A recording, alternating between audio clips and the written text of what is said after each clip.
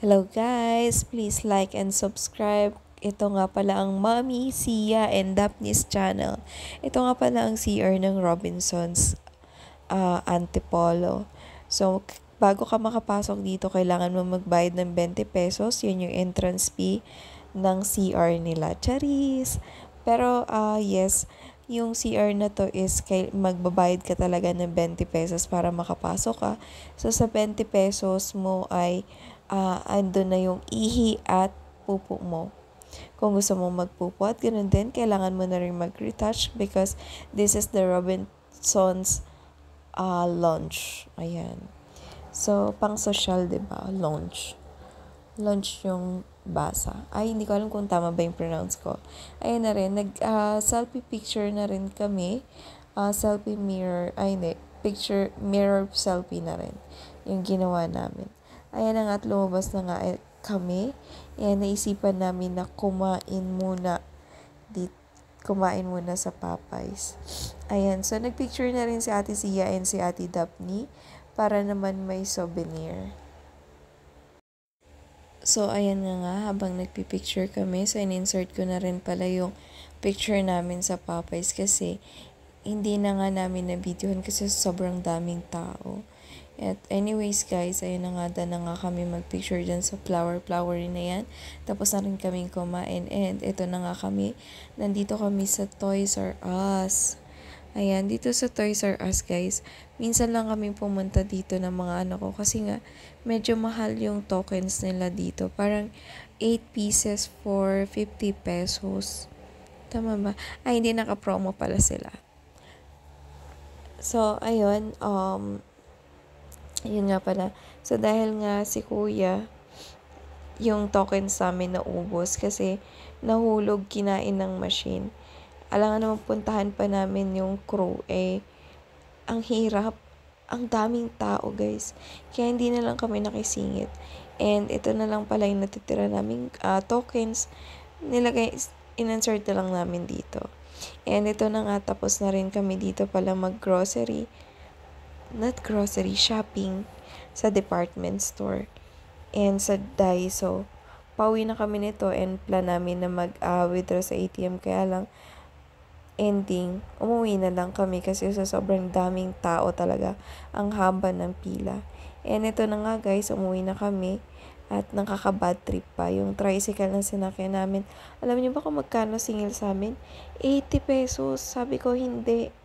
Dahil sinungitan ako ni kuya driver, sinungitan ko rin siya.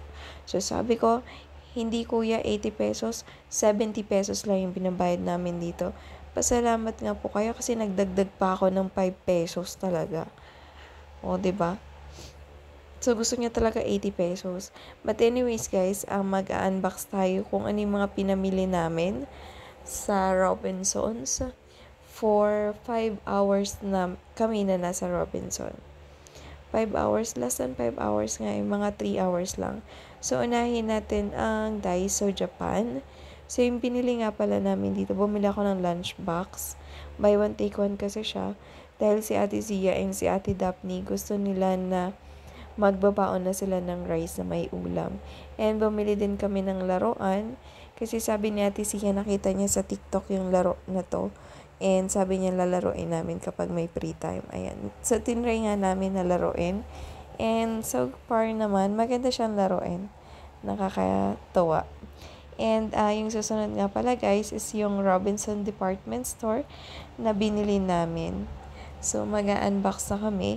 Dahil nga pala, the reason why bumili ako ng toy ni Ate Sia and ni Daphne kasi masyado na silang nawiwili sa panonood. And most of the time nila sa panonood talaga sa TV and tablet. Kaya sabi ko, para naman maiwasan, hindi ganun na manonood sila sa TV or sa tablet is bilhan ko sila ng laruan na to. O diba, hindi nyo nakita yung resibo kung magkano yung amount, charis lang. So, gumastos lang naman ako dyan ng nasa 2 plus. And ayan nga pala, binilan ko sila ng doll. So, si Ate Daphne, siya yung pumili niyan. And gusto niya talaga yung doll niya maganda and long hair. And si Ate Sia din, siya din yung pumili niya. So, gusto niya simple lang. Simpleng tao kasi siya. Charis! Ayan. And bumili din sila ng pet. Ayan. Yung nasa cage.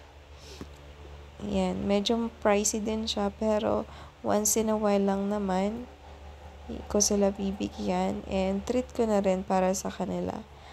And ayan. And bumili din pala ako ng underwear nila kasi kulang na rin yung underwear nila and maliit na rin yung underwear para sa kanila. And ayan nga, yan, tig-isa sila. Binilan ko rin sila ng mga ponytail, ng accessories para naman pagka may occasion sa school or awarding is meron naman silang masuot. And si Ate Sia nga yung pinili niya. Bumili nga pala ako ng accessories sa Grapimuti.